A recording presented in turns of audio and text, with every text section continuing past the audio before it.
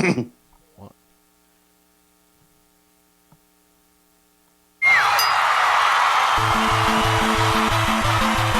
Ladies and gentlemen, welcome to tonight's main event, the Eating Leather Podcast, sanctioned by the Sports Narrative Network. Let's meet the combatants. In this corner, weighing in at a svelte 300 pounds, Brian, the paper champ, Henning. And in this corner, weighing in at 195 pounds, your host and cruiserweight champion of the world, Dynamite, Darren Boyd.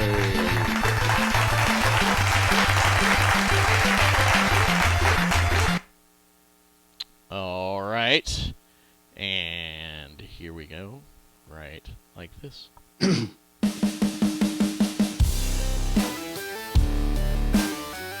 All right, man, I want a good clean show, touch gloves, and let's get it on.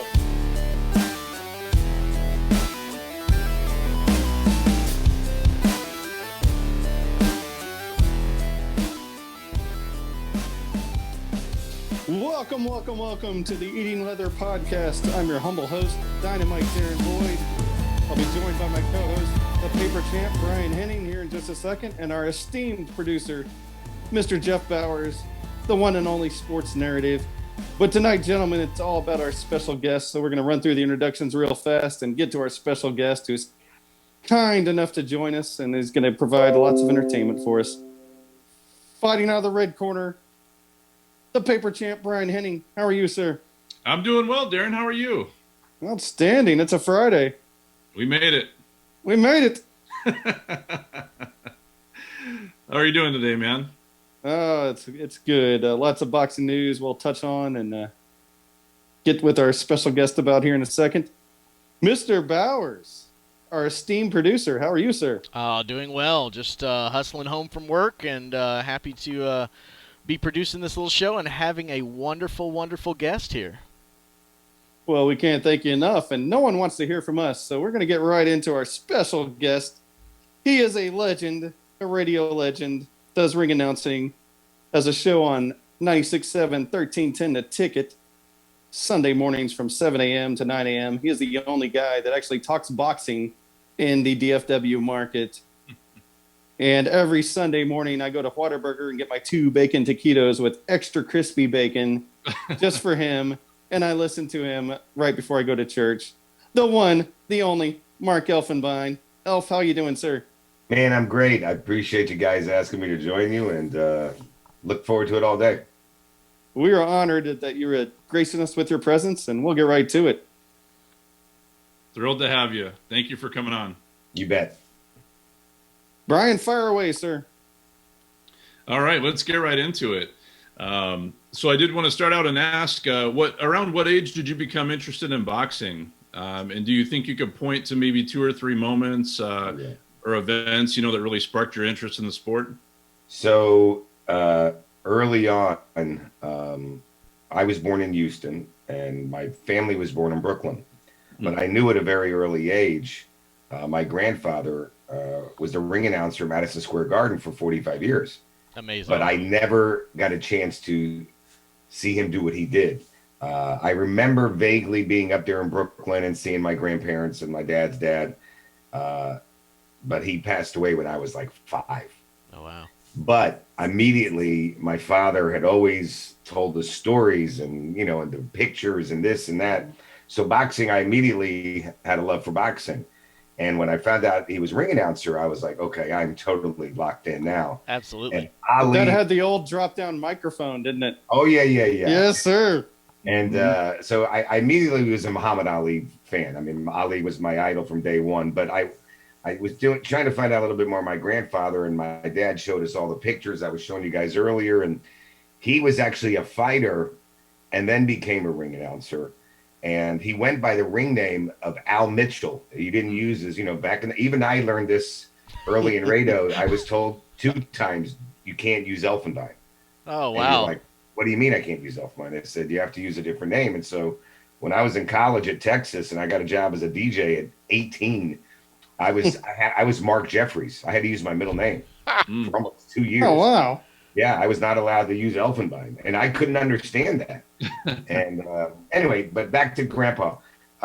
So knew he did what he did. He was actually in a movie, and this is what my father used to tell us until we finally got the movie, and then they came out on DVD, Requiem for a Heavyweight. My grandfather was in a movie with Muhammad Ali, Jackie Gleason, Anthony Quinn, and phenomenal movie, Mickey Rooney. And he's in the movie, and just like you said, the microphone comes down and he's announcing in the ring. And there's just one part of the movie where you'll see him announcing, but for whatever reason, they have a real tight shot of my grandfather. It's just him on the whole screen. And he leans through the ropes, and Anthony Quinn in the movie was called Mountain Rivera was his name. Amazing. And he leans through the ropes. He goes, "Come on, Mountain, let's get the show on the road." And that was his only line besides announcing. And we would freeze it and go, "Grandpa." That's right there. So I had kind of gotten a liking to do ring announcing, even though I watched boxing to my left, I'm literally in my dad's office. We have every single fight on VHS tapes. Oh, that's I'm awesome. talking over 100 tapes. Yes. Every championship fight ever, so my dad and I were big boxing fans. And I used to love to, hear some of the old school guys. Like Johnny Addy was a guy that worked with my grandfather. And, back in the day, it was, the time, 2 minutes, 4 seconds of the 8th round, your winner and new heavyweight champion of the world, Absolutely. Joe Louis. Awesome. I mean, that's what I wanted to do. And so loved boxing forever and followed it all the time. And funny story is my father used to do a Howard Cosell. I mean, did a really good Howard Cosell. Who didn't, right? We were walking one day down the street and he was doing Cosell. And he's like, Muhammad, you're going to have to fight Joe Frazier. How are you going to do it? And I'm looking at him like, what do you want me to say? So I just kind of did a lot of Ali's like, well, I'm so fast and so pretty. I can beat Joe Frazier. Nobody can whoop me. I'm the greatest of all time. And my father looks at me and goes, hey, that's pretty good. And I was like, okay. Next thing I knew, for the next 10 years, I was dragged out of my room in front of company, and I had to do the Ali and Cosell, my dad and I, everywhere we went. Even when I got into the fabric business with him. Mark, come do the Ali thing. I'll do Cosell. Come on. So like I said, boxing was always in the family. Loved it. And I was very fortunate when I started ring announcing here in Dallas. I mean, fight night at the Anatole Real Estate Council, the Petroleum Club. I worked for Paulie Ayala still. And so I was very lucky because my father literally, as you can see the room, lived vicariously through me. I mean, he just, every show was taped and recorded. And my mom, like, you just don't understand what you're doing for your father. No, that's and amazing. so I would try. That's why I always did the old timers roundtables at the Ticket with my father and his two buddies from Brooklyn. Absolutely. It was the greatest thing I ever did. It's a shame they've passed away, but that was great. And then I would always try to get my father to go to fight night with me, and he would just get to sit at ringside. And even I got to take him on 2 trips to Vegas with the Ticket. HBO paid the way. Oh yeah. Oh, nice. My father he just got to sit there, and Larry Merchant and Jimmy Lennon and Jim Lee. He was having the time of his life. Amazing. That is awesome. And like I said, always been a blast. Always have loved boxing.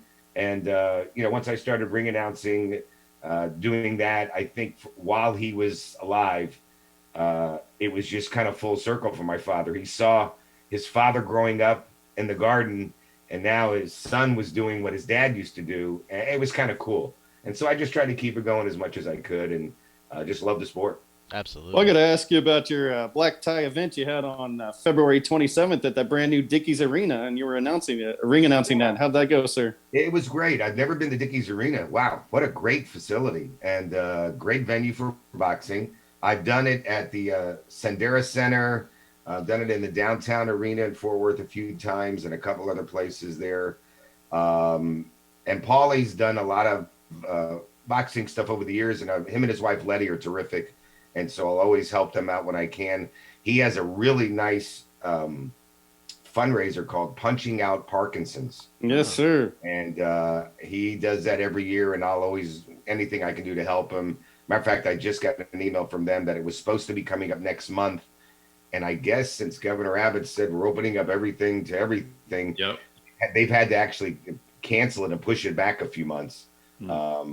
But it was a good event. It was just great to get back in the damn ring. I bet. Yeah, absolutely. I mean, it was just great to get back in the ring, and it was really like 13-year-olds up to 19-year-olds. But it was great. I mean, they all fought. It was mostly 3-round fights, and but it was fantastic. That's awesome. I got a follow up for you. You had Michael Munoz on your show a couple of months ago, and he was saying in Arlington he was going to open up he's a promoter and a trainer, of course.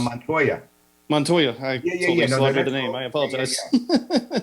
I just wanted to follow up with you because I am all about live boxing. Any fan that's never gone to see it in person's must go. Have you had any contact with him now that the masked rule's been done? And I know he wants you to ring announce that. Yeah, we stay in contact. I've done about 5 or 6 events for them, everywhere from Mesquite to we did a thing outside, outdoors, believe it or not. What is it? The new Omni Hotel, like by Clyde Warren Park. Oh, yeah. Downtown Yes, Dallas. sir. And he had called me, it was a couple years ago, and said, we're doing an outdoor boxing in July. Oh, my gosh. I said, Oh, say that again. the heat. I said, outdoor boxing in July. I said, Michael, I said, I'm in. I said, but there ain't no way I'm wearing a tuxedo. And he goes, no. He says, listen, just, Hawaiian shirt, casual. And we did, actually, it was a fun night because a lot of Cowboys love boxing. I mean, there's so many boxing fans that are actually closet boxing fans, because nobody talks about it. And once you start talking about it, they're all so fired up because I know they love UFC. Absolutely. I mean, any athlete, they all dig the UFC. Yep. But a lot of athletes really love boxing. And until somebody kickstarts it, they're not going to say much because they won't, instigate the conversation. Yeah, Oscar used to have his showdown at Sundance Square back in the day. I used to go to that all the time. That was a fun night. Yeah. So Did you ever get to ring announce from? Well, you know what? The biggest thing I got a big break, quite honestly, because I'm very good friends with Jimmy Lennon. And Yes, you are. And because his dad was famous out in the Forum for years, and his dad knew my grandfather, and so he always works fight night at the Anatole every year. So over the years, I've been doing the Real Estate Council fight night for almost 30 years now. And where I would kind of be MC, ring announcer. Then they brought Jimmy Lennon on board, and they wanted me to work with Jimmy. So I was kind of MC. I would kind of interview the fighters in the ring, and we would go back and forth. One year they had Buffer at fight night, and Michael, nice guy, but thinks very highly of himself. He does indeed. I've met him I'm several surprised. times over the years. But what happened was Lester Bedford? Not personally. I know. Okay, of him. he's I've never communicated with him. pretty into the boxing, promoter, knows a lot of people. And when Canelo was fighting Liam Smith, I got a phone call, and it was Joe Trahan of the Cowboys, who does mostly the Cowboys football. Oh, He yeah. does all the boxing. And it's not really? the Trahan from Channel 8, it's the Joe Trahan of the Cowboys. And he said, hey, I got a call from Lester Bedford. They need somebody to ring announce the Canelo fight at AT&T Stadium. Wow. I said, isn't that on HBO? And they go, yes, it is. I said, well, how much do I have to pay you? They said, no, we pay you. And so I actually went to the press conference at AT&T Stadium with Canelo and Liam Smith and Jerry, and they wanted me to kind of just introduce what's coming up. Yeah. And I said, well, what are you going to wear? Just like slacks and shit? No. Wear your tuxedo. Oh, dang. I said, really? Just for the little press conference? I said, all right. So I did, because I knew I had to maybe prove a little to something. And they said, okay, done. You're hired. So I did. There was, I think, 13 fights that night. Wow. That is a huge card. That's Yeah, it was a huge card. It started like at 3 in the afternoon or 4 in the afternoon. And so what I was told was that you're going to do all the fights up until the last 3 or 4. And that's when they go on pay-per-view. Right. And so Buffer does the last 4. I did everything that was on live streaming, and then I had 3 fights on HBO. And what was funny was that, like I said, there was nobody in the building at 4 o'clock. I mean, when I tell you that gigantic place, and I'm telling you there is nobody in the damn building, but you're doing your thing. Hey. And I remember their producer comes up to me and he says, okay, Mark, on the next fight, I need you to look at me. I'm going to be, because I'm looking at the camera straight ahead. He goes, I want you to look down at me, and I'm going to give you 3, 2, 1, and then you're on TV live, okay? And you just follow my instructions. So the fighters come in the ring. Meanwhile, the guy in the blue corner has an entourage of 7,000 people, and they're all in the ring. So as I introduce the red corner and the blue corner, I'm looking for my producer, and I'm literally trying to see him, and I can't see him. And finally, I see him waving. He's going, go, go, go, go. And so I was like, all right, I guess we're on the air. Let's get it. So it was a lot of fun, and love to do more of it. You know, that's why I talk to Jimmy all the time. I just say, hey, man, you're in. I mean, you're the man. I mean, you are it. Yeah. What do I need to do? And he says, just keep doing what you're doing. He says, you know, just keep doing what you're. There's not a lot of us out there.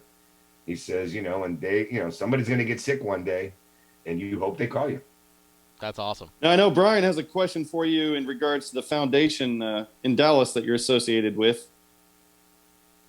Yeah, so I don't have the experience like Darren and Jeff. You know, I'm not a local Dallas guy. I live in Omaha, Nebraska. So I was doing some research for the interview, and I found your name connected with a group called the Ring of Hope Boxing Club, ROH.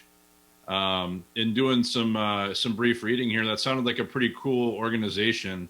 Yes, that is Will McCall and Stephen Bolos, I believe is his name. I've been doing their event, almost 15 years now. They were doing it at the Frontiers Flight Museum at the South left field. Oh, and you talk about a neat little venue. I mean, literally, their airplanes are hanging above the ring and helicopters. And I'm like, make sure that thing is tied up there, would you? So that was always a nice event, and it was a good event. We actually just moved it this year. I'm drawing a blank on we moved it to a nice big arena. Maybe it was Mesquite. I can't remember. But like I said, they outgrew it. And so that's a very nice fundraiser. Basically, they, get money for kids and help them for schooling and housing and boxing and keep them off the streets and stuff like that. It's a very, very nice outfit. They do a good job. That's awesome. Now, we've got a big fight coming here to the AAC Saturday night. Chocolatito in his rematch coming up. I believe he won the first fight, 116, 112, 116, 112, and I can't remember what the other score was. Are you going to be there, sir, on Saturday night? You know what? It's funny. This is the weird thing is like, as much as you would think you have connections to get in, because COVID, it's been much more difficult. Oh, yeah. To even me get credentials. I mean, like what was the fight at AT&T that was that the Spence fight? Spence, yes, sir. Yeah, I tried, and I couldn't get credentials myself. You of all people. Oh, I know, but you know what? It was one of those things where even I said, a friend of mine said, he goes, look, you're really going to go with all those people with the COVID thing going on? You're really going to do that? I said, well, I mean, I love boxing. And he says, probably good that you didn't get it, And I know we have Chocolito coming up. And then I was just, the other night, I was talking to the folks because back at Dickey's is Ortiz and Maurice Hooker. That's right. Coming up in a few weeks. And I've actually been calling Maurice Hooker's fights, for about 8 years. So I've seen him come up. And very nice. Yeah, he's got a little something. He has that little Tommy Hearns look, very tall, lanky. Yeah, he is lanky. Packs a big punch. He's also got Tommy Hearns' chin.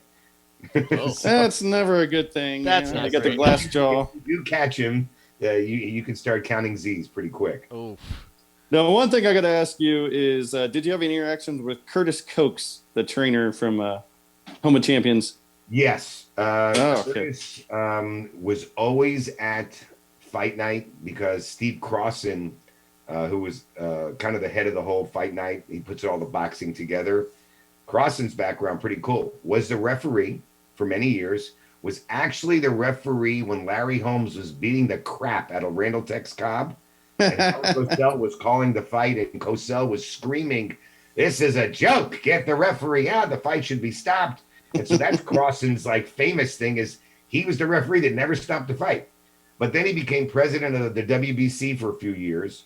And then he got big into real estate and he stayed involved in boxing. And Curtis Cokes is a good friend of his. And so Curtis is always at the events. And I was very fortunate to meet him quite a few times. What a terrific guy.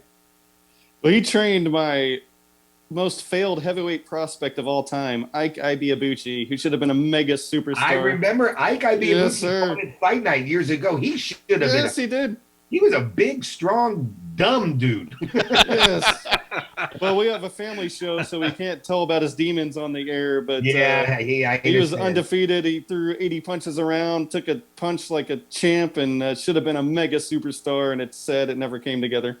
Nah, I remember him very well. That was the kind of the weird thing about Fight Night is every once in a while you'd have guys that were fighting there on their way up. And then they would eventually, you know, sometimes go on and become a champ or at least challenge for a title. But I remember Ibiabuchi big time. Now, do you have any local Dallas-Fort Worth prospects that you're keeping your eye on now for our audience that we may not be aware of? Oh my gosh, I was talking to Michael Montoya about this kid he's got, and the name is escaping me right now. He's only 17. 17. Yeah, I mean Michael, they've been following boxing for a while, and they're putting. Well, go back to kind of what you said. Him and his family, they're looking at building a boxing facility in Arlington, right over by the Cowboy Stadium. And I'm, wow. like you guys, I hear that, I'm like, hell yeah, Hell yeah, Yes, exactly. Yeah. because he is what they're trying to do. What they told me, now again, the COVID kind of knocked us for a loop for a while, Yep. is they want to have boxing every month. Oh, They wow. want to have boxing every month, have, one night a month where they're going to have a nice fight card and keep it constant. And I'm like, dude, come on, let's go. Absolutely. And there was some kind of tie-in with, what is it, Knockout Sports Bar? The I think it's haircuts. called, Knockouts haircuts. well, no, there's There is a Knockout Sports Bar. yeah, there's a couple of them. There's I'm one just not on allowed to go to bars anymore. There's one near there's one near Beltline in Addison, and I think there's another one.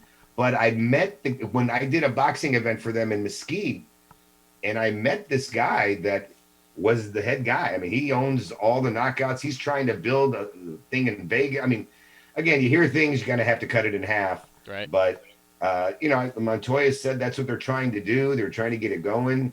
And I'm like, look, there's a lot of us that would be all over that, and hopefully that'll happen. But that was really the only young kid. I mean, Hooker was, local guy that's finally got himself a title, and now he's, it's a big fight for him. It's a big fight for him. He's got to win. Big fight.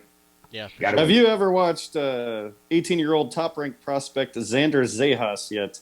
He's a welterweight and one of our future prospect profiles. He's amazing. You will love him. He's got so much poise at age 18. So go YouTube him. Okay, I'm going to do that. Definitely. I mean, I like I said, we all love watching the young guys. And I think there was some kind of Twitter war that happened a week ago. Somebody sent me a thing. Tyson in his prime versus Ali in his prime. I go, Yeah. please don't waste my time. Yeah. And he's like, no. That could have been me. I may have done that to you. I was like, I'm like, come on, Tyson. I said, Ali chops him up to pieces. No doubt. And but the thing is the heavyweight division just hasn't been anything for so. I mean, you had a couple of good decades, except if you go back before the 60s, but it was the Ali, Frazier, Foreman, Ellis, Kenny Norton. That was some greatness. Ernie Shavers. Yep. And then you had to go past that, and then you had the Bo and Lewis and Holyfield and Tyson, and I mean that was just my favorite fighter, Tommy Morrison. You may haze me later. Okay, I remember Tommy Morrison, and I Yes, remember sir. Michael Dokes too, and Yes. Mike Weaver, and what is it, Razor Ruddock, right? Oh yeah. That's right. Razor Ruddock had reference. an unbelievable uppercut. The And when he- Smash is what it was called. He got him with one punch, and Mike's like, "Stop it, please! I want to kill you." Now I got to ask you before we get out of here. What about the Fury versus Joshua fight? That's pretty much signed, sealed, and delivered in June. Does that excite you? Yeah. I mean, when I first saw Fury fight, I thought, really, this is a schlub. Yes. But when you watched him, you're like, okay, you know what? He's got some boxing skills. He's got some hand speed, and when he fought, I've always thought Wilder's a bum. I mean, I just don't think he's that great. I think he's overrated. He punches hard, but that's it. And I thought Fury proved it twice. Yep. The first time, Yes, sir. close fight, I thought Fury won the fight. The second time, I think he surprised a lot of people. He just knocked the crap out of Deontay Wilder. Joshua, has a little something. I mean, the Klitschko fight was a great fight, and I think what hurt him was was Andy Ruiz. The heavy. Yes. Yep. Oh, that's one of my Heavyweight next follow-up champion of all questions time. for you in a second. Yeah. So, but I'm glad they're fighting.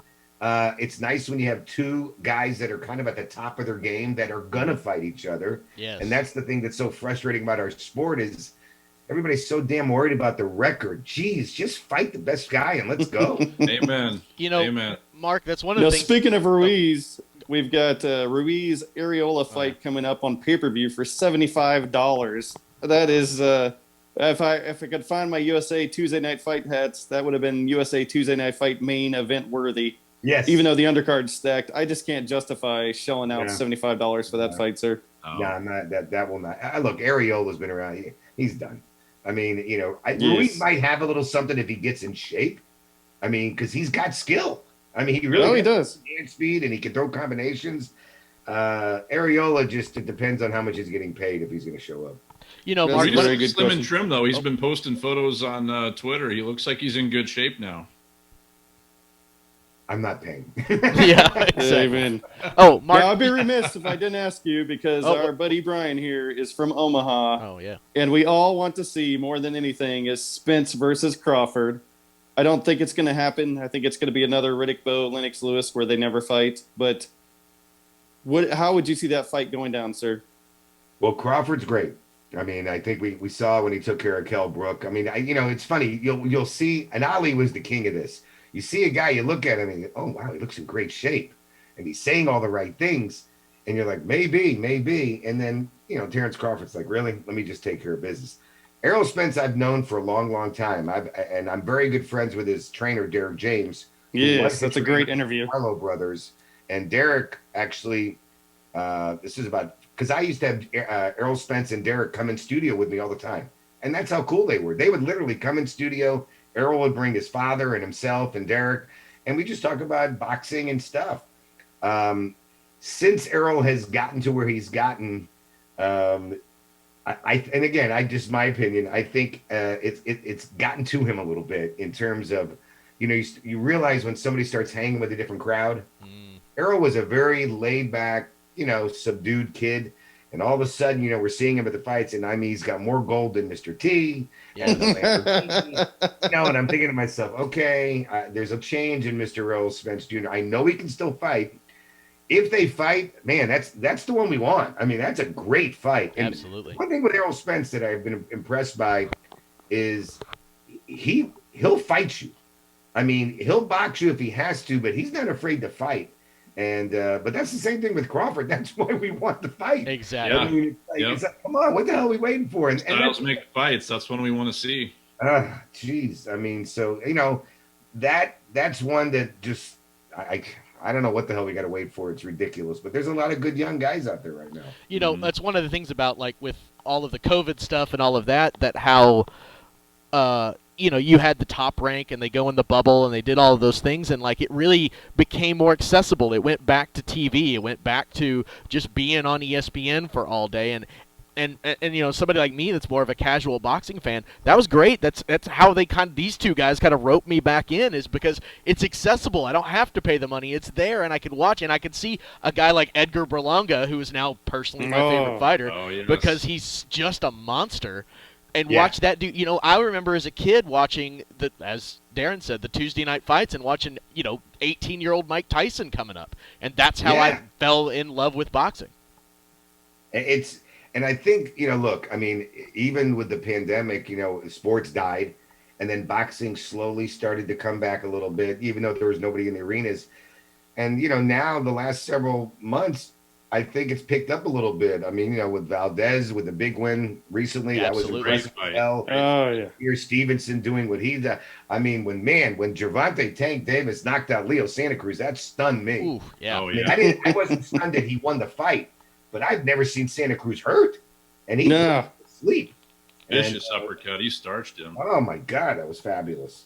Yeah. And and then Ryan Garcia. I mean, like I said, there's a lot of good young blood out there. I giggle when I keep hearing about Pacquiao fighting, and I loved Manny Pacquiao, and in his day he was unbelievable. In his But day. if he fights anybody worth a crap, it is going to be like De La Hoya fighting him. Oh, De La Hoya fought him, and Manny beat the hell out of him. yes. That's what's going to happen to Manny. It's unfortunately Ray Leonard did this against Hector Camacho. Yes. Boxers don't know when to say when. I think Marvin was the only guy when Hagler got screwed by the results of the Leonard fight and said, you know what, I'm going to Italy. Screw it. And he never fought again. But yeah, there's some good ones out there. I mean, for us, this is what we want, man. Let's go. Come on, get some Absolutely. good Let's fights. do it. Well, I cringe at the Oscar De La Hoya wants to make a comeback. Anyone that shelled out money for the Roy Jones Mike Tyson Oh. pay-per-view, just cash out me the money instead to save your time. But Yeah. I mean, if you can make a few bucks in your 50s in the ring, more power to you. Hey, No, Triple G yeah. was all about it. He said, "I'll get in there and kill him."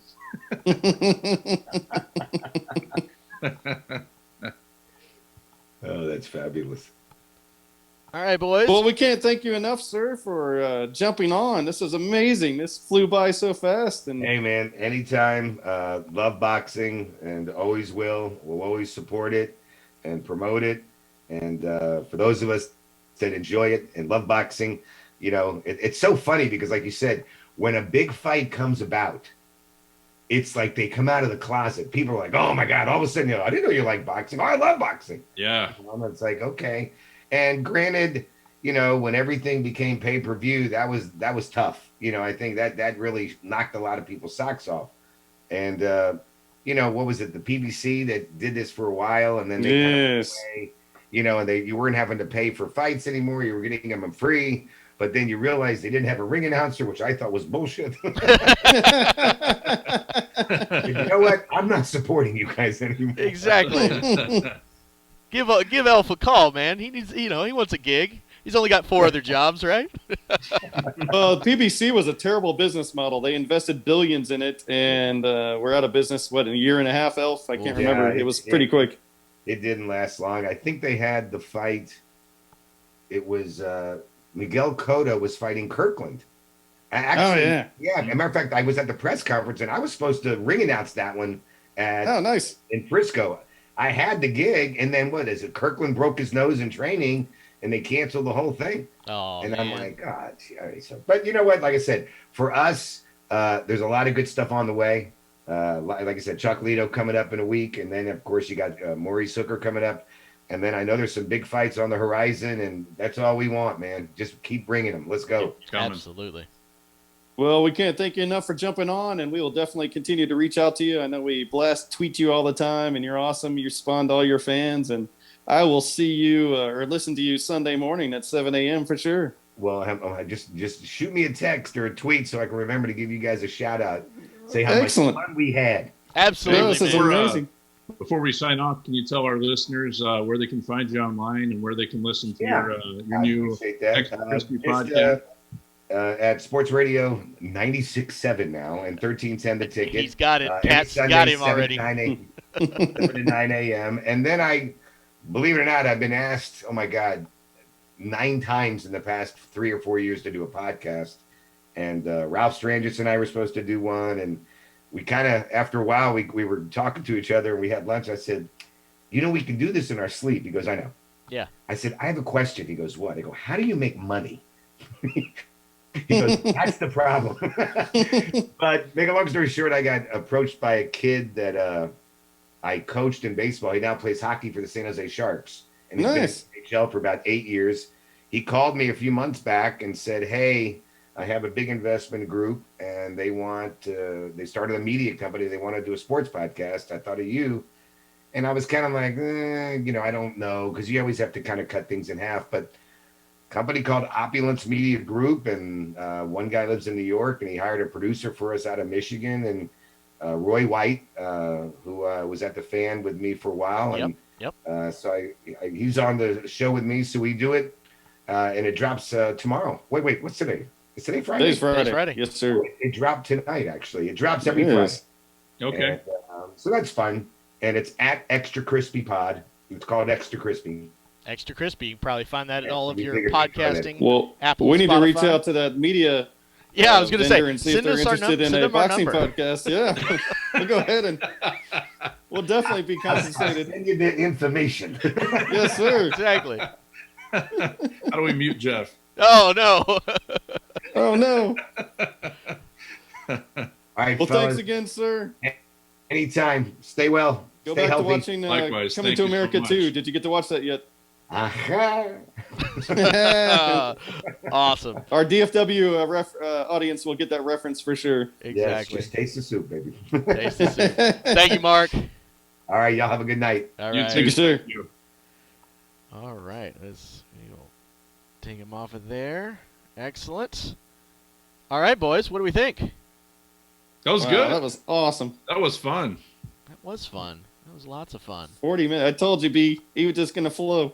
Oh man, he's a wealth of I asked information. 4 questions out of my yellow pad of notes. That's how great he was. I told you, boys. That's how these things work, man. Like I said, you just ask a question, and like I said, Brian asked one question. Let him go, man. Just let him go. Yeah, yeah. Great. No, I was eating it up, man. Oh my God, so many good stories. Yes. Sorry, I didn't think you were at home. Yeah, I didn't. I wanted you to get some more questions in, but just kind of felt the flow was going that he wanted to talk a little more Dallas boxing and stuff, and I just kind of jumped in. But I got the impression from the email thread he might be interested in being kind of a recurring guest or maybe a regular Friday thing. So That sounds like it. That sounds like he's Yeah. down. Yeah. And that'd be which would be fantastic. awesome. Yeah. Well, awesome, boys. Well, I'm going to get the lovely thing posted up there on I never gave you the YouTube. outro, by the way, and I apologize. I had the outro written down. Totally fine. I've got it here. We'll get it on the next one. Yeah. Like I said, thank you, boys, for running that interview. You did a great job. And thanks was to so all awesome. of you who are listening, whether you heard it on the Apple or Spotify for the audio version, or you've checked us out here on YouTube. Look at that. YouTube right there. YouTube.com/thesportsnarrative will direct you to where the video for this is, and Mark Elfenbein and all of that jazz. And hey, to all those producers who like to give away money for podcasts, check us out. We're pretty good at this sometimes.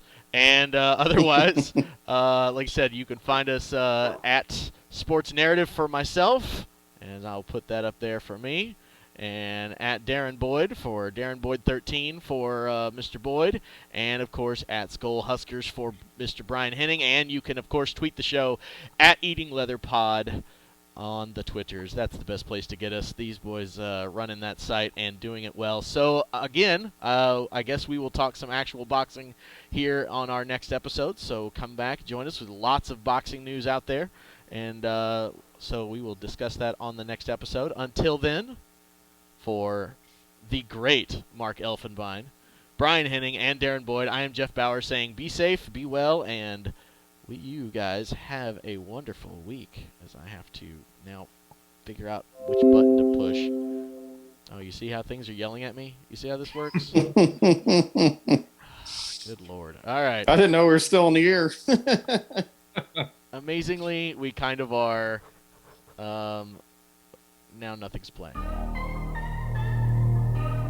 There we go. There it is. All right. Thanks, boys. Thanks, Jeff. All right, gentlemen. Have a Y'all good night, rock. fellas. Thank you. You too.